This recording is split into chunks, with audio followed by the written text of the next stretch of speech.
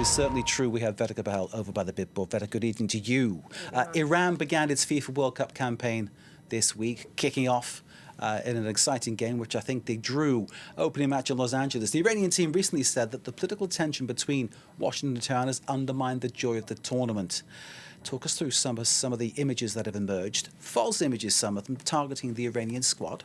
That's right, Mark. Iran kicked off its World Cup journey this week, drawing 2-2 with New Zealand in Los Angeles, California. Now, it has been quite the journey, as you said, for the Iranian team, as up until this week, Iran and one of the host countries, the United States, were actively exchanging fire. Now, whilst hostilities may be paused, there has been a wave of online misinformation, misleading online. For example, social media users claimed that the Iranian team had sent a politically charged message to the United States after a player held up a school backpack on the pitch to honour the Iranian schoolgirls killed in Minab on the first day of the US-Iran conflict. It's captioned, as we can see here, paying tribute to the 168 schoolgirls murdered by Donald Trump. Now, just to note that the US military has not released a report into its findings, into the investigation into the strike, and it has not publicly acknowledged responsibility. Now, this isn't the only photo claiming to show backpacks on the pitch. This one is also circulating, saying that showing the whole team, in fact, in front of a row of purple backpacks.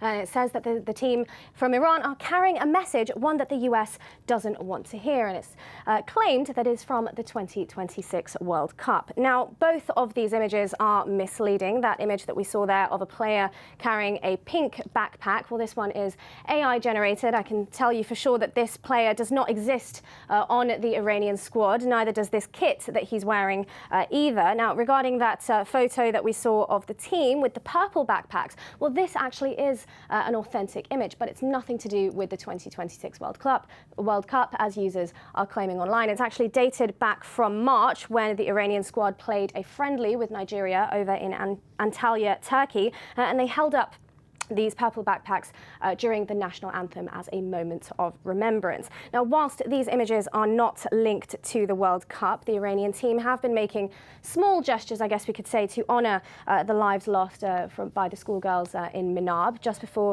as they arrived in Tijuana, the team in Mexico, they were pictured wearing #168 lapel pins on their jackets to acknowledge those lives lost. And this is outside a game setting, so it is a bit of a grey area whether it breaches FIFA regulations, which of course stipulate that players and the team must be apolitical during the tournament. So staying with that idea, Vedek, that football must be apolitical, or the old school sport and politics don't mix. Internet users also accuse an Iranian player of threatening the crowds with a hand gesture.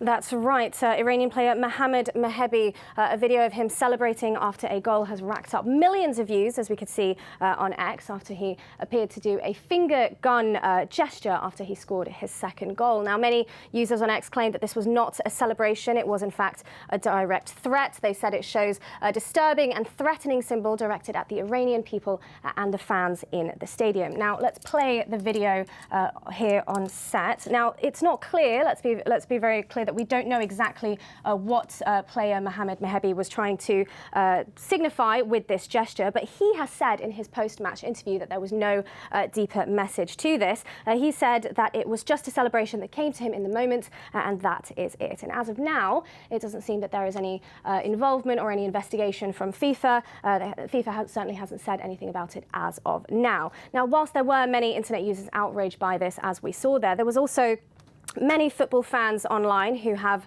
pointed out that, in fact, many football players on the pitch across several different games have also made similar gestures whilst playing on the pitch. And many of those users shared montages of those players. But as I said, as of this moment, there's no indication that FIFA will investigate, and the player himself, Mohamed Mohebi, said that it was just in the moment. Now, finally, Iran has hit out at its treatment in the United States. The team's coach recently said that Iran was the most oppressed team in the whole tournament. The US-Iran war has certainly impacted the build-up for this particular squad. They have battled visa problems for the players, for the management teams, for their families of the teams.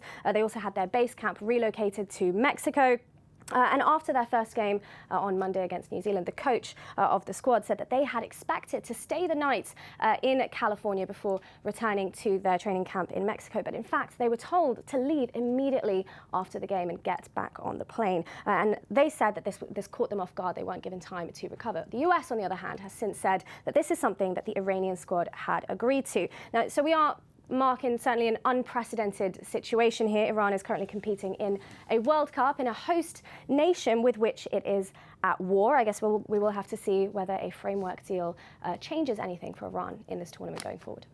I tell you, in the 14-point memorandum of understanding, there is no mention of the Iranian football players, but we'll wait and see how it develops. Vedika, as always, thank you very much indeed